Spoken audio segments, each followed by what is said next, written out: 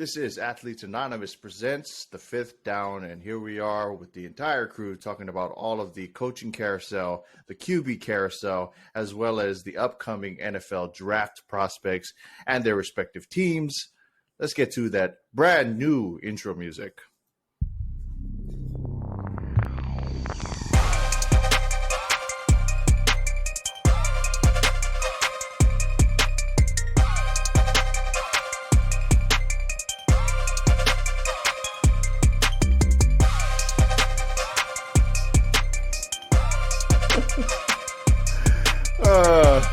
Welcome back to the podcast. I'm your co-host, Keone McKean, and with me, as always, are my longtime friends and co-hosts, Nolan Chang, Jalen Holston, Jared Shirai. Say what's up to the pod, boys. It's good to have the quartet back, man. It really is. Yeah. We're all here. I know. It's been a minute. These beats are slapping. We ain't got all the voices back, and I think you guys brought way more energy than Jared was prepared for, but that's okay. But anyway, we have so much to talk about, so we're going to just kind of get right into it. Starting off with the head coach carousel, like I'd mentioned previously, a lot of coaches moving spots, namely a lot of the, now two-time champs and the Super Bowl competitor again or opponent for them. A lot of Eagles coordinators moving. We've got some Chiefs coaches moving, but most importantly, we have about 6 new head coaches in the league. But I'm going to first start with one, Jay, that I kind of want you to touch on because I do think this specific one is very interesting. When you got you have no clear direction for what the team is going to be doing in Denver. You got Russell Wilson at the helm, but then you add a Sean Payton, longtime New Orleans Saints head coach. Now he's headed over to Denver to kind of see what he can do with Russ and see if he can get things figured out. What is your kind of opinion on them hiring Sean Payton? Do you think that this is the move that's going to help them get back on track? It's not. I'm sorry. Like, as long as Patrick Mahomes exists in that conference, it's not going to change anything. I think they will be significantly more competitive. They will be a playoff team once again, but they are not going to win the AFC West. But they will be a solid 10-win football team now because Sean Payton knows what he's doing. I don't think we're going to see a magical turnaround from Russell Wilson. He showed nothing to me last season that made me think that there was somebody that could get anything more out of him because he was exposed for basically being a system quarterback for Pete Carroll. Pete Carroll is a wizard, and we can see that now even more with Geno Smith's success. He knows what he's doing, and he had some teams that were really talented that fit his system, and when they played it well, they obviously went to Super Bowls, and then he had teams that were not as talented that did not fit or play the system as well. And so they have been pretty mediocre for the last, 7-8 seasons. But nonetheless, Pete Carroll has reestablished himself as a great NFL football coach. And when Russ leaves that environment where everything is catered and Pete basically protected Russ from himself a lot of times with the play calling and systems that he put in place, that's what happens. Like, Russ is not that guy. There was a point in time where he may have been. Yeah, I mean, and I think he redeemed himself from that moment as a head coach personally because we all know, like, Pete was trying to make Russ the hero, and from that point is when it all kind of terminated internally for them. So, and I love the fact that Sean Payton is going to try his best to get the most out of Russ. That seems pretty on brand. He said, "Get your freaking team out of here. I don't know what this is. This is stupid. You are not bigger than this organization." Kind of like I wish some people would do with a certain guy in Green Bay. Just saying. Maybe. Jordan Love? Yeah, that guy. Yeah, I hate Jordan Love so much. Yeah, that's definitely the guy. But no, this doesn't change the outlook for really anything other than them being a competitive team and taking second to Kansas City versus being dead last. So there you go. Fantastic points from a Kansas City Chiefs fan. Swinging it over to you, Jared. Obviously, as I mentioned before, the Eagles lose a lot of their assistant coaches. They lost their offensive coordinator. They lost their defensive coordinator. Both of those pretty important in football. And as they're taking on these new roles, we're looking at a coaching staff that has kind of been depleted a little bit. What do you think the chances are of the Eagles kind of making up for the loss of these two assistant coaches? I mean, it really depends on who they bring in, but it's kind of tough because we had talked about it around the Super Bowl time, and at the end, if we thought that the Eagles were going to get back to the Super Bowl, being with their their assistant coaches and what they were doing and the coaching staff that they had with the personnel, because they had already established something. The sad part about it is when you think about it in the long run, they've already built something, and now they're going to basically have to start from scratch again to build new relationships. And I think it's going to hurt them, honestly, in the long run when you think about it, because they just went to the Super Bowl and now they have to start from the bottom up. I mean, granted, depending on what players they're able to bring back, they can still build that culture and everything that's already established. But on the coaching part of it, if they want to go with different defensive schemes or offensive schemes or whatever it is that may be that the coaches that they're bringing in, it's going to be a little while to adapt. So, I mean, it's not impossible for them to have another Super Bowl run, I'm going to say, because they have the personnel for it, player-wise. But it's going to take a little bit for them to buy in. They're not going to be undefeated like how they were majority of the season to start with. So. Agree, 100%. Swinging it over to you, Nolan. Obviously, one of the head coach positions that was filled was Eagles defensive coordinator, Jonathan Gannon, moving over to Arizona to become their head coach. I'm just curious if you think that because of all the turmoil with Kyle Murray and kind of their loss of a few key players, including JJ Watt, and now we're kind of in this pseudo rebuild, not really rebuild mode for Arizona. Do you think that adding somebody like that who has the caliber of, the Eagles defense, who was outstanding this last year, is going to make a huge difference for Arizona, for the Arizona Cardinals? I mean, it's got to make a difference, right? Arizona was second to last in the league? Yes. They were second pretty to last bad in the league. So, I mean, you're losing JJ Watt, who's a historic defensive player in the league. So, I mean, it can only help, whether that's running better defensive schemes for that team. It's not going to turn around overnight, especially because, like you mentioned, there's turmoil with Kyler Murray. That's going to be a lot more to kind of decide. You still have a great offensive core with Hopkins and I think Brown, right? Yes. Yeah, so I think that they're going to be or not Hollywood as well. I believe he's Connor, still, James Conner. James Conner. Still there. Yeah, they're still going to be kind of digging out of the trenches, but it couldn't hurt at this point because of how shitty they did this season. It's got to be when you're back against the wall, all you can do is go forward, right? So I think it's going to pay off for them. And, he may have some insight for, a mobile quarterback, kind of like Kyler Murray is. He has seen a lot of that in the years of the Eagles. Yeah. So it could pay off as long as, I guess, they can stay healthy this next season and future seasons coming up. I think it's going to be good. All right. So, Jay, I kind of wanted to swing the last two back to you, because we have Shane Steichen, former Eagles offensive coordinator, taking on the Indiana position, which officially knocks Jeff Saturday out of that head coach position. And now we have a brand new coach that clearly they didn't see with Jeff Saturday taking the helm there. So I'm curious, what do you think about the outlook of the Indianapolis Colts with the former Eagles offensive coordinator now there? I mean, they'll be okay. It really, it's not a great hire in my opinion. It's just it's the trendy thing to do. The two teams in the Super Bowl, whoever's the offensive coordinator, now we're hiring them as head coaches. But if they're white, they get the head coach job. But if you're Eric Bieniemy, you have to take a lateral move to be an assistant head coach / offensive coordinator for a absolutely dog organization, even though you've more than earned your right to have a head coaching job, having 2 Super Bowls now. So have you. But yeah, it's not a crazy move. I'm not really shocked by it. It's what the NFL does now. It's an offensive league. It used to be defensive coordinators getting the job, right? Rex Ryan back in the day, Mike McCarthy, etc. So now we're just seeing that shift. So I'm not really surprised. I don't think he's going to bring anything unique to the table. He didn't make Jalen Hurts who he is. That was a lot of his other working with other coaches outside of the Eagles organization in the offseason down at USC with some of I'm pretty sure it was like some of Pete Carroll's old staff from early days USC to get him better at passing in a professional setting.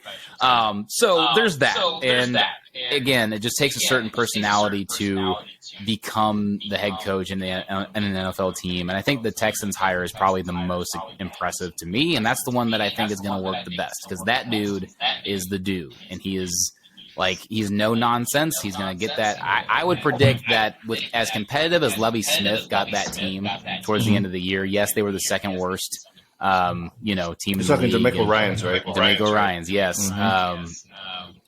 I still don't think their record is as bad as that team was because they gave us a whole fit or whatever, and then they gave several. I think look at their loss margins. I don't think it was anything greater than maybe 6 points all year. I don't think they got actually blown out by anybody.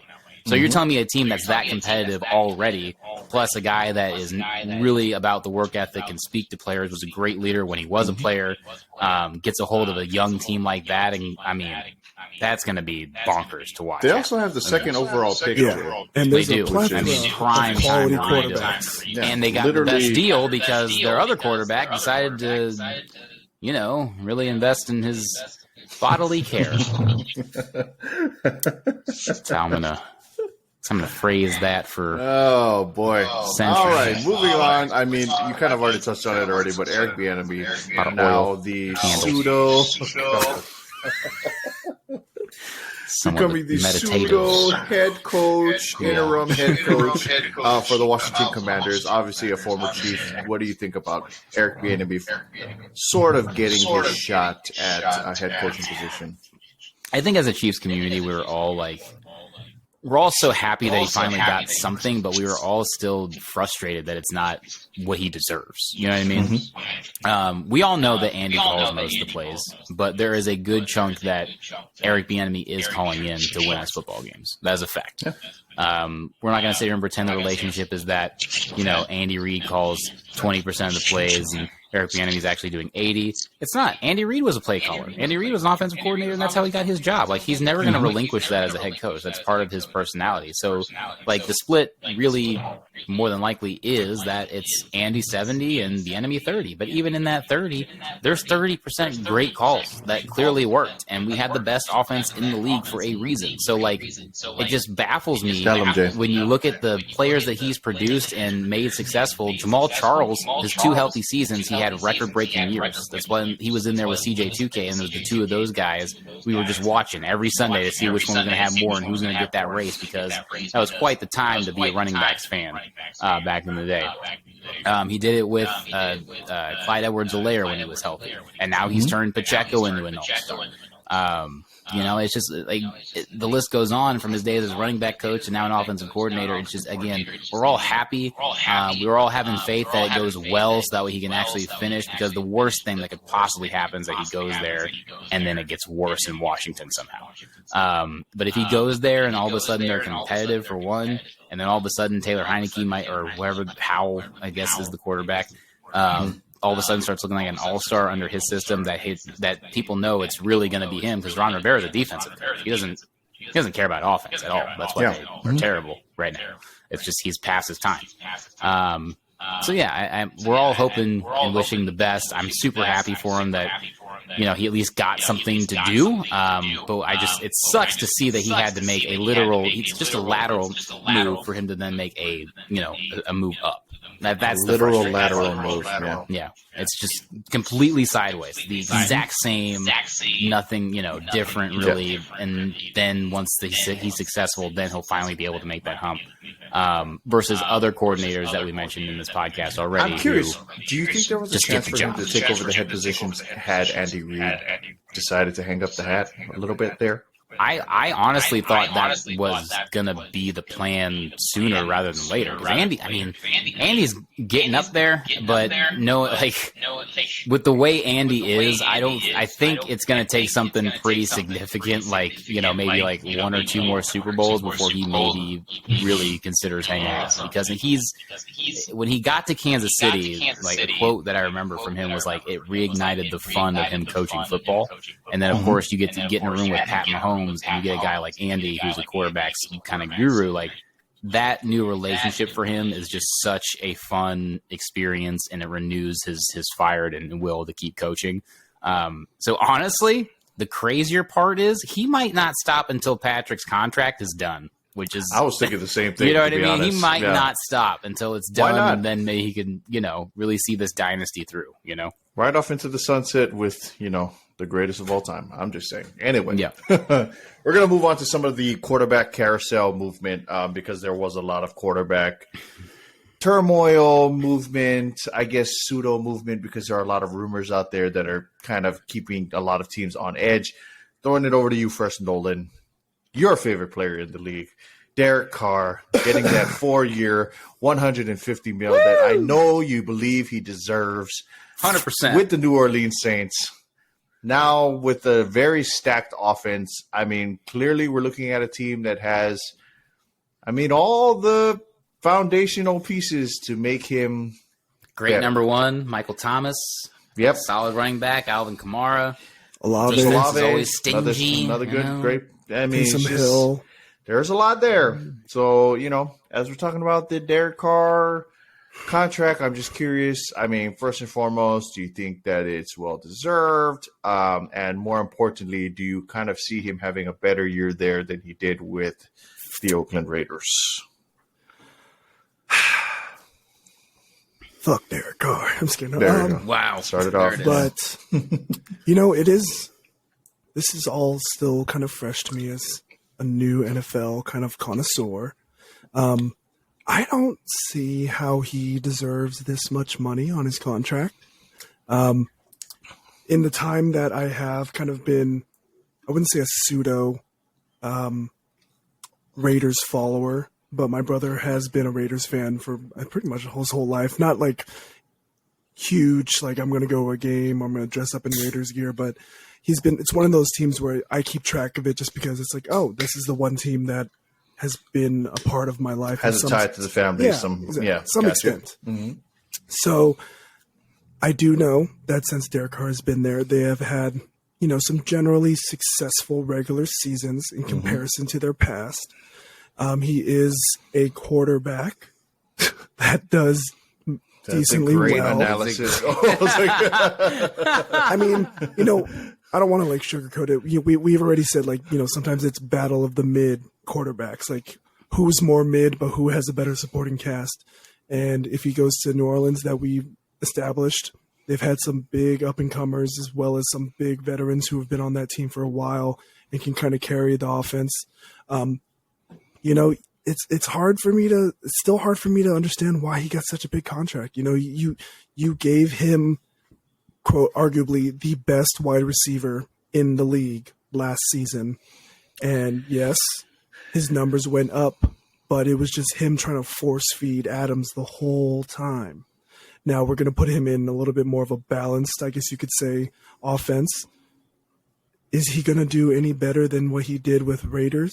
Is he going to be someone who can, go ahead. Correct me if I'm wrong. Is it Jeff Stidham that's his backup? Is that their current QB1 for that still team? Jameis, I believe it would be his backup. He's under contract still, unless they trade him. No, Jameis was Nola. I'm talking about for Raiders. Jameis actually got cut to make room for Derek Carr. They did cut him. Then never mind. But yes, I think that kid is still going to be Jeff there for Stidham supposedly is that's not their answer. There's no way there's there. I'm curious because they do still have Devontae Adams. They do have Josh Jacobs, who is probably the number one running back in the league.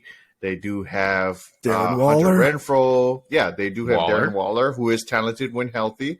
And, they have what is looking like that's 3, 4, 5, 6, 7, 7th pick where possibly they may not get a quarterback, considering that there is a lot of hype surrounding the top 4 quarterbacks.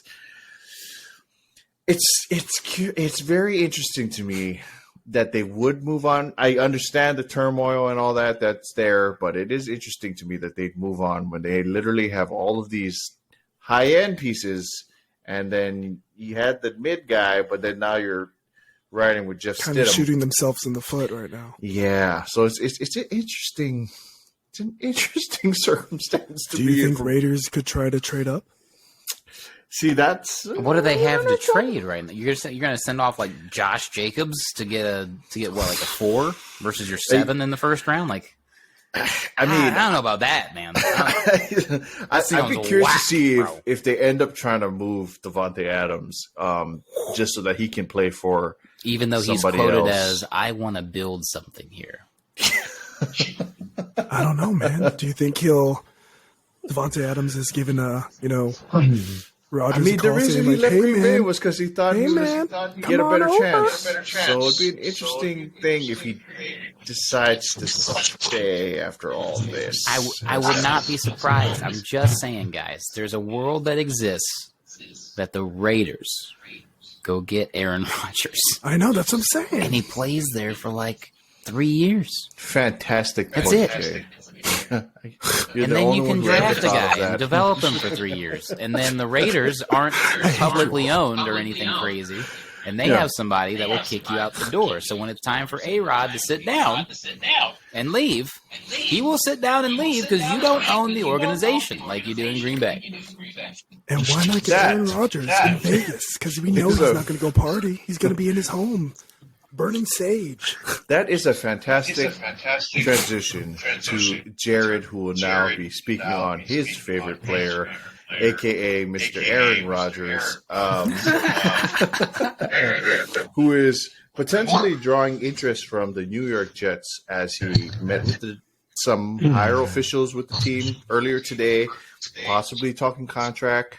There is interest in getting him because there's possibility of Mike White, who is officially their starting quarterback, possibly having interest in Miami, who would push out Tua. So there's a lot of movement going on, but I'm just curious what you think about Aaron Rodgers' kind of outlook as far as a QB. Do you think that he should move to New York, Las Vegas, stick to Green Bay?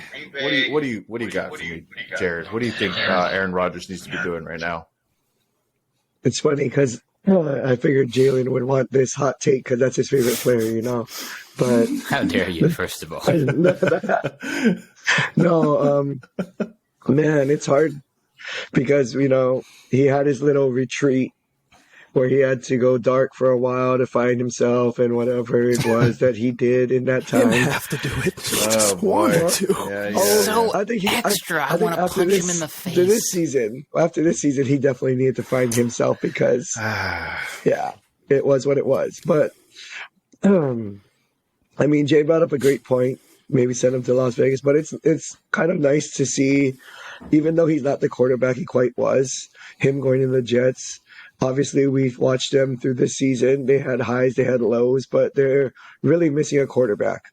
And whether it's Aaron Rodgers for the time being to keep them afloat and maybe mentor the younger ones, when that's kind of what they needed because they had the experience there.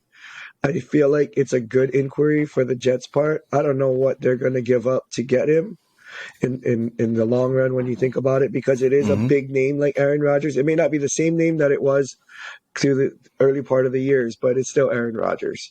And so for them to give up that kind of stuff for him, we'll see what happens. But Aaron Rodgers, I don't know. I was as you prefaced and whatever, and I was reading the article. It's like I don't know if he's just going to end up retiring. I mean, that's an option too. That he just ends up retiring because he doesn't want to go play anywhere else. He's been in Green Bay his whole career.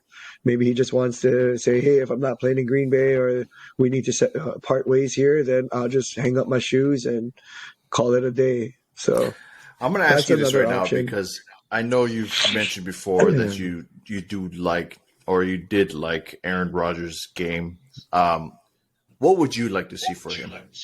Retirement, Las Vegas, Green Bay, New York. After watching this year, I mean, I'm gonna say to save his what legacy he has left of what he's done through the league, I would say he retires.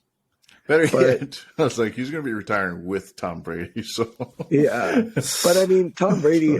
We'll be honest. Tom Brady's. When you look at Tom Brady, you're not going to look at this past year. You're going to look at last year. Won a Super Bowl, and that was it. And that's where you're going to kind of cut his career, basically, when you think about it.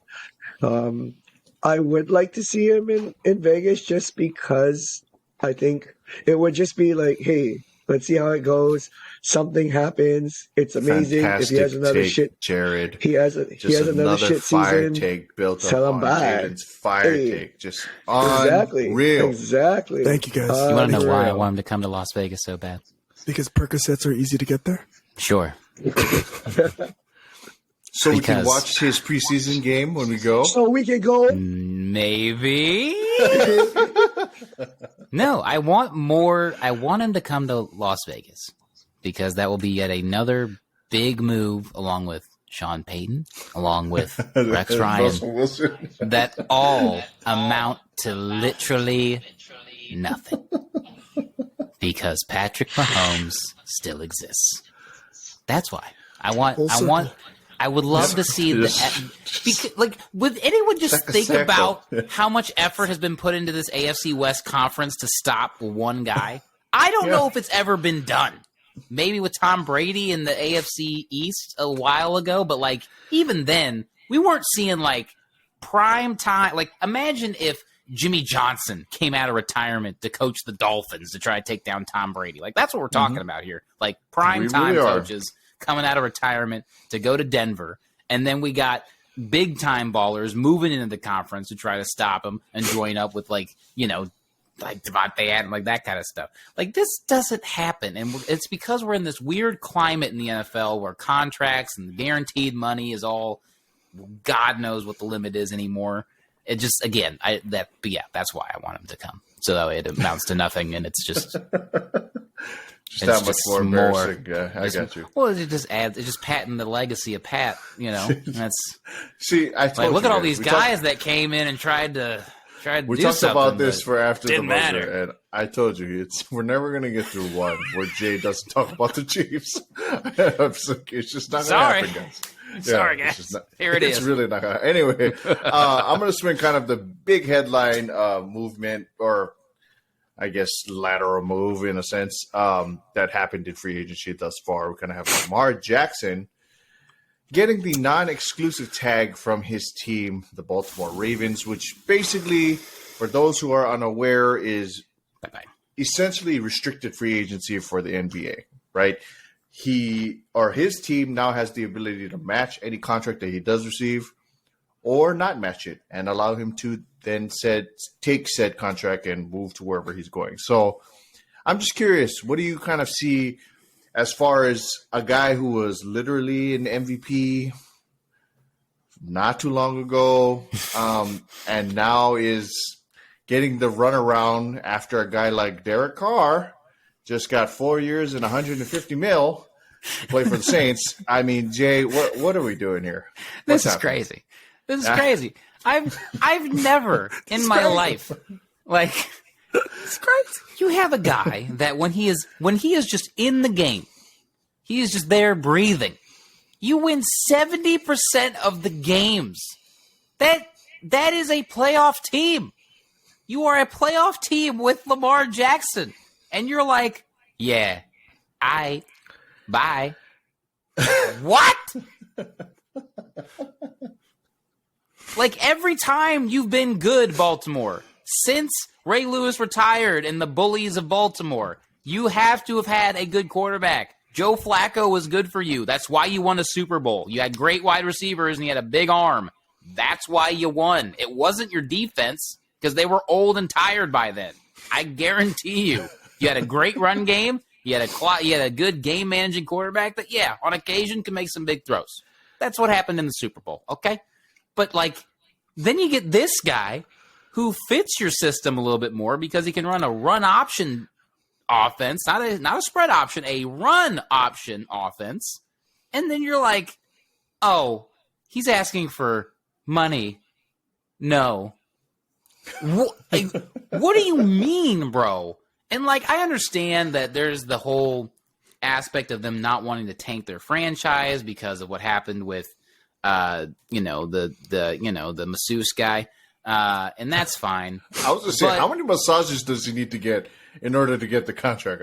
That's what I'm asking. Because we have a guy that is a literal criminal who got money and had to serve a suspension. We have another guy that, like, Zach Wilson, for God's sake, was getting at with people's moms and then publicly was just, like, not taking accountability, and he got some guaranteed money on his rookie contract. Like, what does Lamar have to do? Model citizen, league MVP, record-shattering for a quarterback on the ground game. Like, what more does he have to do for you? And it's just ridiculous to me that they franchise tagged him today. And I hope he has a lot of good counsel from RG3. And I think he made that tweet very clear towards the end of the season when he posted that picture of himself saying, this is why you don't gut it out for your guys and the team. And it literally is his entire career in a snapshot. We could all still be talking about how great RG3 is had he not been in Washington. That is my wholehearted belief, because they ran that boy into the ground.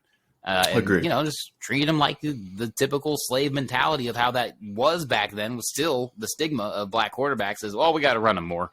Like, ain't no way they can throw that ball. I tell you what, we got to run them more. That's, you know what I mean? Like, that's where we were at. And now I think the Ravens are still stuck in that mentality of, like, somehow what Lamar has done isn't enough. And their justification is like, well, he's gotten hurt. So.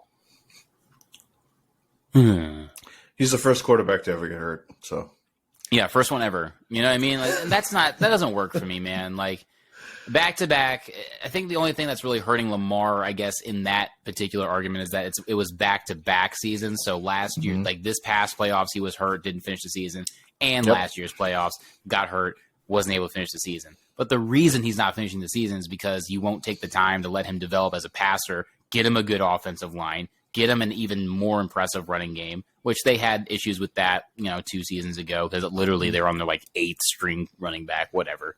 Get him some more solid wide receivers to throw to. Get him a solid tight end. Like, you really are refusing to build around this man, and then you're frustrated when his rookie contract is up and you've run him out of the building, essentially, and you won't pay him the money. It's ridiculous. He's not asking for anything crazy. He's asking for market value, which was now set by Deshaun Watson. Get real, Baltimore. Like, this, you knew this was going to happen when that contract got signed by the Cleveland Browns. So if you're mad at anybody, you call the execs at Cleveland and say, what the hell were you doing? Like we all did. Because that is where we're at now with contracts. I'm curious to ask you this question because they do have, and you've already mentioned, you do think that they're maybe a quarterback away from kind of turning it around here. And they do have 2 of the, I believe, top 20 picks. And that is the Houston Texans, who do have 2 top 20 picks. I think that'd be a fantastic spot for him to land and redeem that entire city, honestly. Mm-hmm. And I think if you got him linked up with a guy, like their head coach, I think that's going to be pretty dynamite pairing. And I feel like he would get Lamar a lot more than Harbaugh would, period. You know what I mean? So if you're the Texans, you're pulling that trigger no matter what. Oh, my God, yeah. As soon as I see that, that tag is open, yeah, okay. Like, our team's young. Like, we can tank. They're in a position where because their team compositionally is so young, they can give a guy $150 million guarantee and not worry about cap for a while because those guys are going to be on like rookie contracts for early day free agency contracts for a long time. Yep. And I don't know that Lamar is the guy that wouldn't structure it in a way that would be team friendly stuff. You know what I'm saying? Because that's what Patrick Mahomes did as well in his big $500 million contract that everybody likes to lose their minds about. Like, his guaranteed money actually scales down towards the end of when that contract runs up. So that way we have more money to kind of float around to guys. You know what I mean? My thing is, how are they $100 million off? You know what I'm saying? Because that's supposedly the rumored number of money. Like, how are they that far off as far as what he's trying to get and what they're willing to pay him? Like, I'm just, it's mind blowing for a guy of his caliber. Like, it's just insane to me. Yeah. Yeah. It's the guaranteed money, is from what I understand. Like they're $100 million off on the guaranteed money, but as far as like the overall money, I think they were offering more in that sense. But the guaranteed is what the players want, and the players are asking for, because it's a violent game and they want to shore up their fucking life. You know what I mean? Like, especially if you're asking me to run 60% of the time or 70% of the time, whatever it might be. But crazy. Yeah. Anyway, we're moving on to another kind of mobile quarterback who is finally getting his due. The Seahawks retained Geno Smith for a 3-year, $105 million contract. So, yes, he got a little bit more than Derek Carr did per year, technically speaking. So, throwing it over to you, Nolan or Jared, whichever you two wants to take this on. Geno Smith getting his opportunity to kind of get a new contract with the Seahawks. I mean, you always love to see it in sports. Someone who may not have gotten the spotlight that he deserved or got opportunity enough to kind of provide or prove himself as a starting quarterback. I guess that's the proper term, at least for NFL. And he showed out for the Seahawks now that Russell Wilson is gone, kind of showing that he can work into someone's one last system. Russell Wilson dig. There you go. He can always be a factor for a team. And I think that team is still, top 5 in defense? Yes. So, I mean, if he's able to kind of click a lot more with the offensive end of the Seahawks, that team is going to be a dangerous one to look out for in the coming. I don't know who's in their division. They are with the Cardinals. Yes. They're in the worst division, one of the worst divisions of football. I mean, I feel like they have a weird. That's the. I think they're in there with like the Saints and maybe not. I don't. But there, I mean, it's the worst division because there was literally a year it's not a very competitive division. They got into the playoffs with a losing record, and that's when we saw the Marshawn Lynch run. For a team, like them, that could be just the perfect storm for them to actually make a run in the playoffs. Obviously, I'm not saying that they're gonna, make a deep run, but it is something to look out for now, especially if Geno Smith, because it wasn't just like flashes here and there. He was consistently great for them this past season, and he deserves the pay. So I think that this is going to be really beneficial for the team, really beneficial for him as a quarterback, and getting his, he made that joke in the beginning of the season, like, oh, I remember who wrote me off. Well, now you have the opportunity to prove everyone wrong even more so, because you're getting this contract and you're being allowed to, stretch your legs a little bit. So good for him. Congratulations to him, man. Yeah, exactly. Honestly. Comeback player of the year. So, 49ers, the Rams, and the Cardinals. That's the conference. Never mind. They did have kind of. I mean, they had the conference that looked like it was on paper one of the best ones, and then basically only the Niners were good in that conference. No, you know what? Sorry, the actual worst conference is the one that Derek Carr just went to. Yeah. I remember seeing that. That is. Woo. It's a hard toss up between the NFC East and the NFC South for which is the actual just god awful worst team in playoff as far as where we're at right now. That is a perfect transition moving into our final topic for the day. We are looking at the NFL draft coming up. Obviously, we all have a lot of stake in this draft because it will determine a lot of different things as far as our future fantasy draft. As far as where some of these top prospects end up being. Vegas. Exactly. Right there. I don't even think we've plugged that yet, but yes. It's going to be great. I mean, it's going to be fantastic. Anyway, sorry. Continuing on. But we do have kind of a lot of players within the top 20 who are now being overshadowed by who are continually the top 4 quarterbacks in the draft. We have Bryce Young, C.J. Stroud, Will Levis, and now Anthony Richardson. I almost said Johnson. But yes, Anthony Richardson kind of making his name known after the combine, had a hell of a combine. Obviously set the record for the vertical for QBs, broad jump of 10 feet, 9 inches, and ran a faster 40 than Cam Newton. All just unreal physical feats. I'm throwing it over to you first, Jared, because we're looking at a team like Chicago, and I know Jay and I are kind of pseudo fans of this team. They now, they have their franchise quarterback. They have the number 1 overall pick. There is, a lot of talent at the top of the draft, but it seems like a lot of people are aiming for those quarterbacks. So I'm just curious. 1, do you think that they should try to trade for what is a pretty top-heavy quarterback class and move on from Justin Fields? Or 2, keep the pick and get somebody like Will Anderson out of Alabama, who is an excellent edge? Or 3, kind of use that pick as trade bait to get a better set of picks from a team like Indianapolis, who has the number 4 overall pick? I mean, I wouldn't draft the quarterback because of the season that he had. Like, I think you and Jalen had said a lot about it. Like, you'd be kind of crazy to draft a new quarterback with the way that he played this season and what he brought to the team. So going after a receiver, I mean, to give him some help in that regard, I think that's more the path that I would go down, if anything. Mm-hmm. Like, I feel like that's what that Chicago team was kind of missing, just that one more receiver for him to throw the ball at. And because I say in the long run, he's still relatively young. So you want to bring in somebody just as young for him to be able to grow his career with. And should he fail, then it is what it is. It's Chicago. I mean, they weren't like favorites to win the Super Bowl anyway.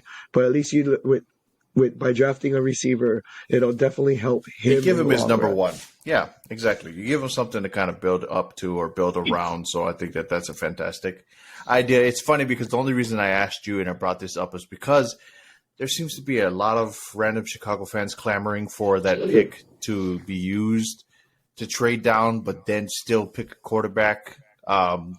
Which is just I don't understand it. Jay, I'm going to swing it over to you kind of on the similar train of thought. We're talking about the Chicago pick, but more importantly, we have a strew of teams that are in the top part of this draft that are in need of quarterback and are licking their lips, looking at Chicago. We got Houston, we got Indianapolis, Arizona, who is a team that is kind of up in the air because they're not sure what they're going to do with Kyler Murray. Detroit and Atlanta was the last couple teams that kind of have their eye on quarterbacks for this draft. I'm curious, do you think that any of those teams will end up trading up for Chicago's number 1 overall pick? One of them will. Which one it will be, I'm not quite as sure on. The one that's the most desperate for a quarterback, I feel, is Indianapolis because, my God, man, they just need something. I mean, with the Andrew Luck thing, like that, those teams were pretty solid. And I mean, but they just, again, he was gone early, so then they got left in this weird limbo, and they haven't recovered since then. And it's just been a total, complete, and utter mess over there. So with a new head coach, I think it's a prime time that if they wanted to trade up, they could. And my hot take with this quarterback class, of course, the combines happened, so we got to see all the dudes do the drills and all that. And I always say this, guys. The combine doesn't mean jack shit, okay?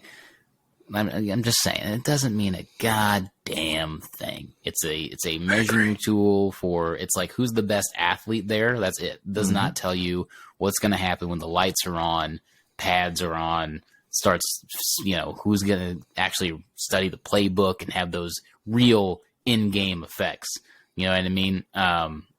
Because, look at some of the greatest players that have ever played the game were not scouted well at the combine. Tom Brady was too slow, couldn't get out of the pocket, all this kind of stuff. Said his arm was kind of average, blah, blah, blah, blah, blah. Yeah, we saw what happened with that one.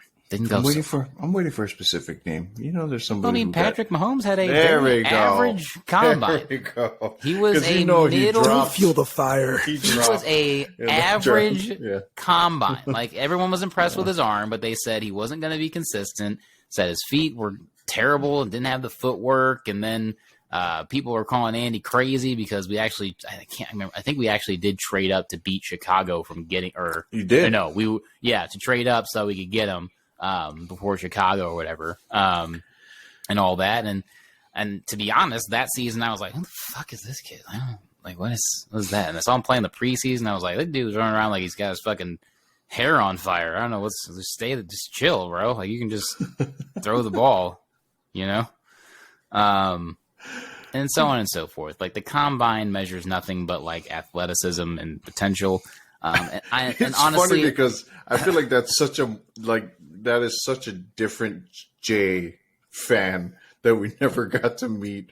Where you were pre-Mahomes joining the team, dude. You were just kind of accepting whatever came because you went through. I was late, and my entire family hated me his rookie season. They hated me because I'm like, stop anointing. Like he hasn't done a bit. Like I was excited, I was enjoying it. Right? You're a realist, yeah. I was like, we've seen this story in the NFL. Here comes the new hot kid on the block quarterback or player, and then the next year they have absolute trash, right? And so for me, the game that finally got me over the hump and I was on the Mahomes train, even as a Chiefs fan, was the game at Denver that he won late in the fourth. And he had to have that crazy fucking left-handed shovel to Tyree because all of a sudden, I feel like Von you Miller never was really saw. him. Yeah. No. You never really saw that before he did it. Just so casually, it was beautiful, yeah. So when he did that and then we won that game, that's when I was like, all right, yep, I'm riding the train now. Now that's it. He went and did the most difficult thing that a position, like in his position, he could do. Because till then, he hadn't really had a real game. And I was like, that's the one. If he does it there, then I know he's a legit guy. Because, like, Alex Smith was a great quarterback. But, like, big clutch games wasn't always the dude. You know, and that's where we've been for like 20 years, man. But yeah, combine, Matt Castle and nothing. Don't you fucking dare talk about Matt Castle. How dare you? I've never seen a bigger sham in my entire life. Like that's worse than Jamarcus Russell coming out of LSU for me. Wow, yeah. He should be arrested for theft for the years he stole from us. They pushed a lot of their chips in on that one. That was it's ridiculous. 1 year in New England system looked like a guy that could manage a game, and all of a sudden that's warranting a contract with us. Crazy. Nolan, we're talking about kind of the top end of this draft.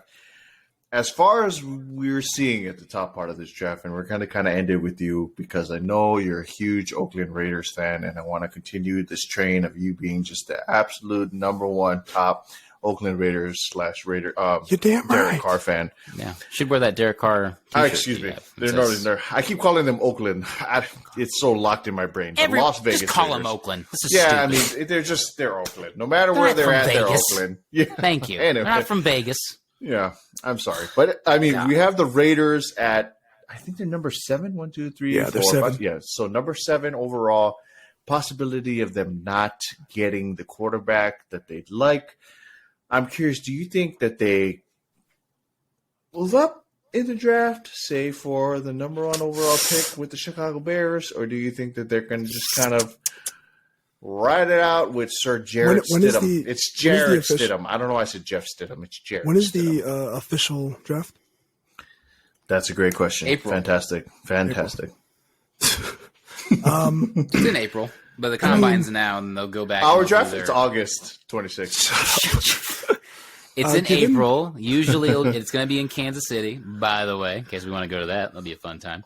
And then like from right now till then, usually what you'll see happen is that all these people that are draft eligible will go back to their college and have their own combine at their colleges. And sometimes that helps with guys that maybe didn't have a great combine in Indy. They can go back in a comfy environment and see them sling it there for a bit.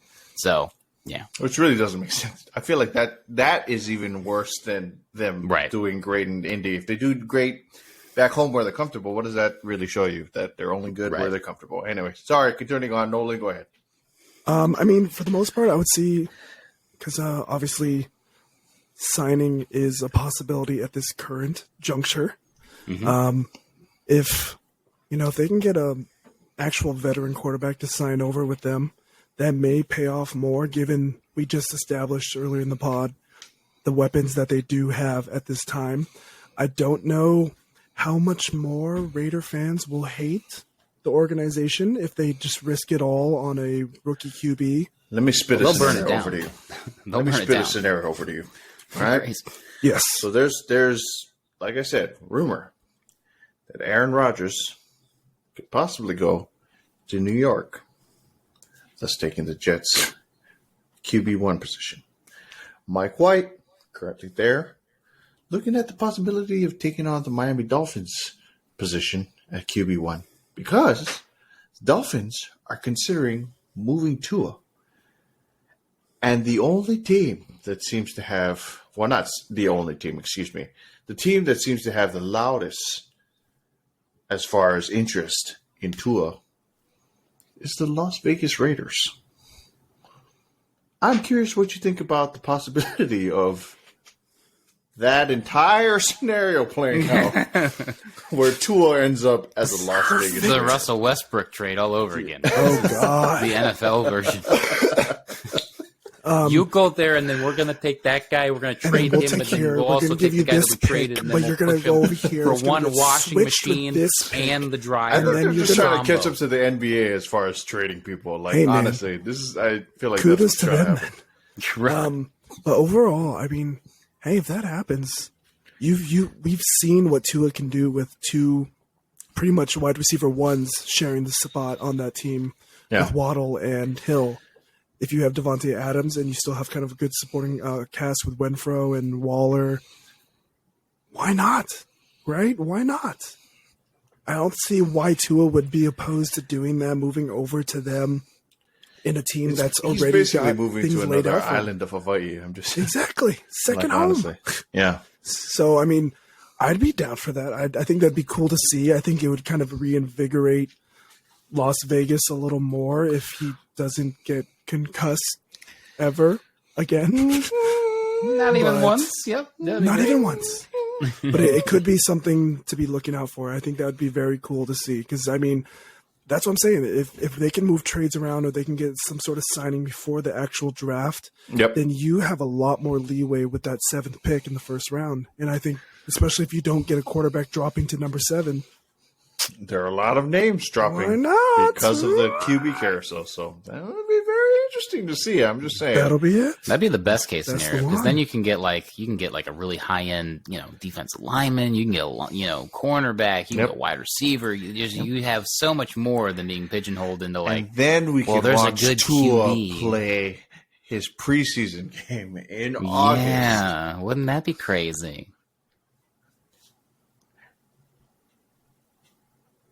Are you sure they're actually playing there during that weekend? Because Because they have the Beyonce tournament. They're- Beyonce concert. Beyonce tournament. You know what I meant. Oh, could you imagine? Just a I tournament? am now going to make it my life's mission to make a volleyball tournament dedicated to Beyonce notes. And call it the Beyonce Invitational. It's for girls only. Like who run the No, world? it's for Girls everyone. volleyball. It's for everyone. This is For those 2023. wondering, this is a football podcast. You probably wouldn't know that by the end of this, but I think that is a perfect way to end what will be a fantastic segment of Athletes Anonymous presents the 5th Down. I mean, if you haven't caught on already, we've been talking about it throughout the podcast. We will be having our version of the NFL fantasy draft come August 26th. So whatever date follows that as far as, for podcasting posting days, will be the day that we will post our draft reaction video. Speaking of which, I have some things to talk about with this guy who's probably not the same guy that everybody else sees because Jay is here for me. I don't know where he is for all of you guys. But anyway, under for me. Jay. Nolan is here, and then you are over there next to him, and then Jared is all the way over there. He's so far he's off the screen. That's what Jared is for me. Okay. So anyways, that'll do it for us here on the 5th Down. Boys, where can the people find you, starting with you, Sir Nolan Chang? You guys can find me on Instagram, Twitter, and Twitch at NolanKYT, NOLANKYT. All right. And you, Sir Twitter affiliate, where can the people find you? Huh. Who's the Twitter Sure. affiliate? Twitter affiliate. Who's a Twitter affiliate? We have a Twitch affiliate in the chat. Oh, what did I say? You Twitch said affiliate. Twitter. All It's like, right. wow, Jay, you got Limp Twitter noodle. affiliate. Is there a Twitter? Is Twitter affiliate a thing? You just You get the buy blue it. check mark, You right? just There we go. verified. Gotcha. Yeah. Verified. Verified. Gotcha. Twitch affiliate. Yeah. Sorry. Excuse me. You can find me on Instagram and Twitch at JShirai, JSHIRAI. Come drop in a Prime subscription if you got it, like my boy Keone over there. You hear me? Just saying. And on Twitter, not verified, at JShirai808. Better yet, gonna put you on the spot. What tier are you for that Call of Duty ranked? I'm silver 2. So I'm working my way up. I'm not in bronze anymore. I was actually on a 7-game win streak before I lost today. So Oh, right on. it's been Anyway, slowly rising. moving over to our football expert, aka our artist expert, aka our MCU, Star Wars, everything you need to know expert, Jalen Holston. Where can the people find you? You can find me on Twitter at Jalen Holston, tweeting about a great number of things, from Padme to Patrick Mahomes and everything in between. All right. You can find me on Instagram at Art by Jalen. You can find me on Twitch at MochaThanos_LGG. Raja, and you can find me, Keone McKeag, on Instagram, Twitter, and Twitch at KONE. That's KAYOHKNEE. And before we get to the end of this, I'd like to also say you can also check us out on Instagram, where we have been posting absolutely fire content lately for Instagram at the Poi and Soy Podcast. I'm just saying. Anyway, You know? that'll do it for us here on the Fifth Down. As always, it has been a pleasure. It has been an absolute joy from all of us here at Poi and Soy. You, Derek Carr. Bang, bang. Yes. Oh, Bang, bang, and Jared's not there. All right. Shoot, So good. shoot.